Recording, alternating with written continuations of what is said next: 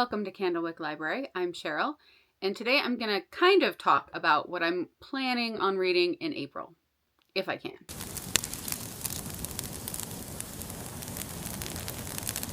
I will probably not read very many books in April. Looking at my schedule for April, I don't think I'm going to get to nearly as many as I normally do, and I only know one for sure.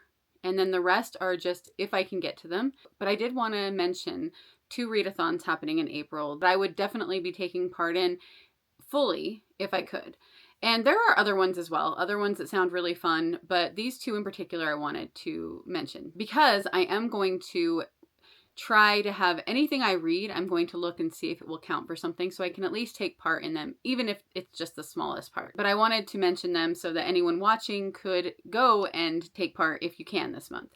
So the first one is the Read Happy Readathon. The creator is M's Books Are Everywhere, and the 3 co-hosts are going to be Lucy Chronicles, Jane Reads, and Alma's Book Journey. They are all great women, so you know you're going to have fun with them. The whole point of this readathon is to read books that make you happy. So she's made a bingo board that you can get, and it has the free space in the middle for anything, but then the other prompts are a cozy setting, beautiful scenery, and that can even be just the cover, delicious food, a kindred spirit, community, a pet companion, a favorite hobby, and a happy ending. So I'm hoping that any books that I do read in April can fit into one of those because I really love the idea of that, of reading books that do make you happy and comfort you. And April is my birthday month, so I tend to really mood read in April, and I tend to then gravitate toward books that do make me feel that way. As much as I can, I'll be taking part in that, and I'll link them below so that you can go and take part in that. The other readathon that is happening in April that I think sounds so much fun, and it's such a good creative idea, the channel Youngs and the Restless. This is Ben and Lauren. They are also having co-hosts Bookish Blonde, Rhonda Holden, Lindsay's Little Library, Sarah's Nightstand, and Books and Beaches. And what they have created is the Follow the Yellow Book Road is Wizard of Oz themed. They've made these really cute graphics that you can go and download. And I have printed these out small so that I can cut them out and put them in my reading journal. I just haven't done it yet.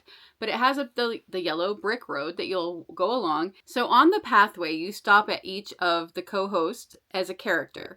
And then each of those characters has 3 prompts. So you can choose 1 prompt from each character. And I really want to take part fully in it, but like I said, I just don't know how many books I'm going to be able to read.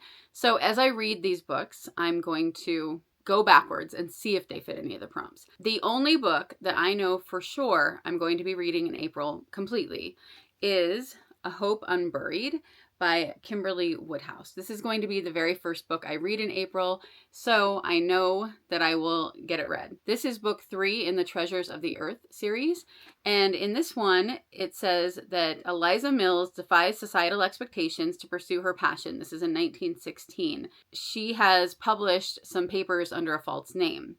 So she has finally earned her place at the Carnegie Museum and seizes the opportunity to work at Dinosaur National Monument with a renowned paleontologist. But things in Jensen, Utah aren't what they appear. The Dinosaur National Monument is here in Utah, and it's right near the border of Colorado. We'll be visiting there again this year, and I thought it would be really fun to read this before I do, so that is why I know for sure I'm going to read it in April.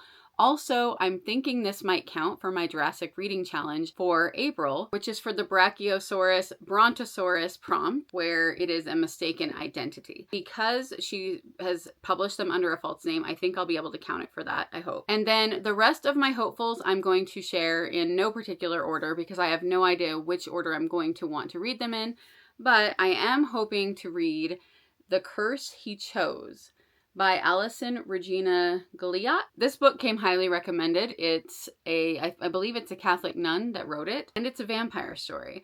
It says when Elizabeth's friends go off to college and leave her behind, she thinks things can't get worse. Then she stumbles into a fight between vampires and realizes they definitely can. Forced on the run with Christopher, a vampire outcast who might be in even more trouble than she is, Elizabeth is left to rely on nothing but her faith in God and Christopher's impulsive choice to protect her. I thought this sounded very interesting, and it did come highly recommended, so I really want to try this out, see what I think. I also really want to read John Truby's The Anatomy of Story, 22 Steps to Becoming a Master Storyteller.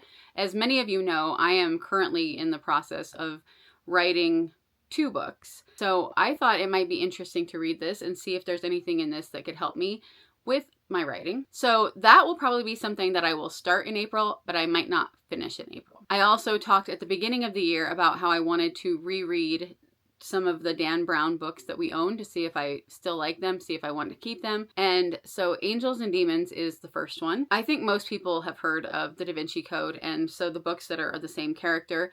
This says an ancient secret brotherhood, a devastating new weapon of destruction, an unthinkable target. I just think this sounds pretty interesting, and I can't remember anything about it. So I want to get to at least this one this month to get started on that reread. I also talked about rereading The Lost World by Sir Arthur Conan Doyle before I read Dinosaur Summer.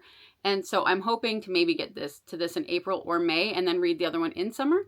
So this is a possibility as well. This is Professor Challenger. He goes to a place, I believe it's in South America, if I'm remembering right. Yeah, the South American jungle, to go to a place that there have been rumors of ancient creatures still being alive. Another reread I really wanted to get to this year because I want to watch the movie again and I want to read it again before watching the movie again. It's been probably 20, 30 years since I've read or watched The Pelican Brief. This is by John Grisham. This deals with a big conspiracy in the government. Some people are assassinated, and there is a woman trying to put together the pieces of this conspiracy. So if you've seen the movie, it's Julia Roberts and Denzel Washington, and it was one of my absolute favorite movies when I was probably in my late teens. Like I said, I really want to rewatch it, but I want to read this first. And then for the Reading the Classics Challenge, for April, it is Of the People, By the People, and For the People, a memoir or biography. And this is the one I talked about at the beginning of the year that I am completely tweaking. I am changing it. So hopefully, Anne, I'm sorry, hopefully you're okay with that. I'm using her reading challenge to read all of the rest of the books I needed to finish for my American literature course that I've been doing. So I decided that since there were no books that match that on my list, that I would tweak it to be just something that is about somebody that could feel like a biography. I know that's stretching it so much, but I'm going to be reading Arthur Miller's The Death of a Salesman. It says that Reada defined the tragic hero as a man whose dreams are at once insupportably vast and dangerously insubstantial. And that this gave us a symbol of the American man. So that is why I felt like I could tweak it, and you can tell me if I can't count it, but I'm planning to count it. And this one is really short, so I should be able to get to that very easily in April. And another book that came very highly recommended from K-Tree is The Secrets of Avigdor. This is by Cheney Hobson. Apparently, from what I've learned about this, it is supposed to be, well, it's called Redemption Pirates, book 1. So it's like pirates and dragons or dinosaurs.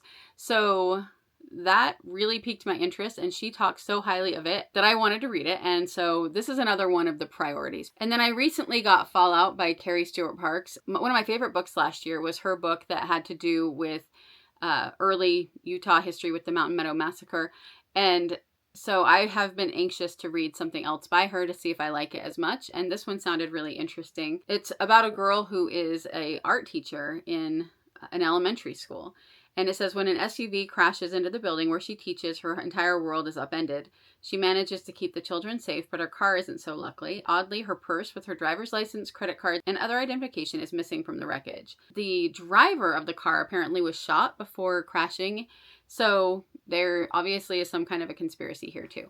So based on my opinion of her other book, I am interested in this one. And then the last one that is on my hopeful is Hamnet by Maggie O'Farrell, and mainly because I have heard good things about the book, but I also want to see the movie, and I wanted to read it before seeing the movie. I need to get to this soon. That is a bigger pile than I think I'm going to be able to read, but I'm still hopeful that maybe I can get to at least half of those, if not all of them. The first week and a half of April is going to be my least busy of the month, so it kind of depends on how much I get read during that week and a half. So let me know if any of these are ones that you would prioritize.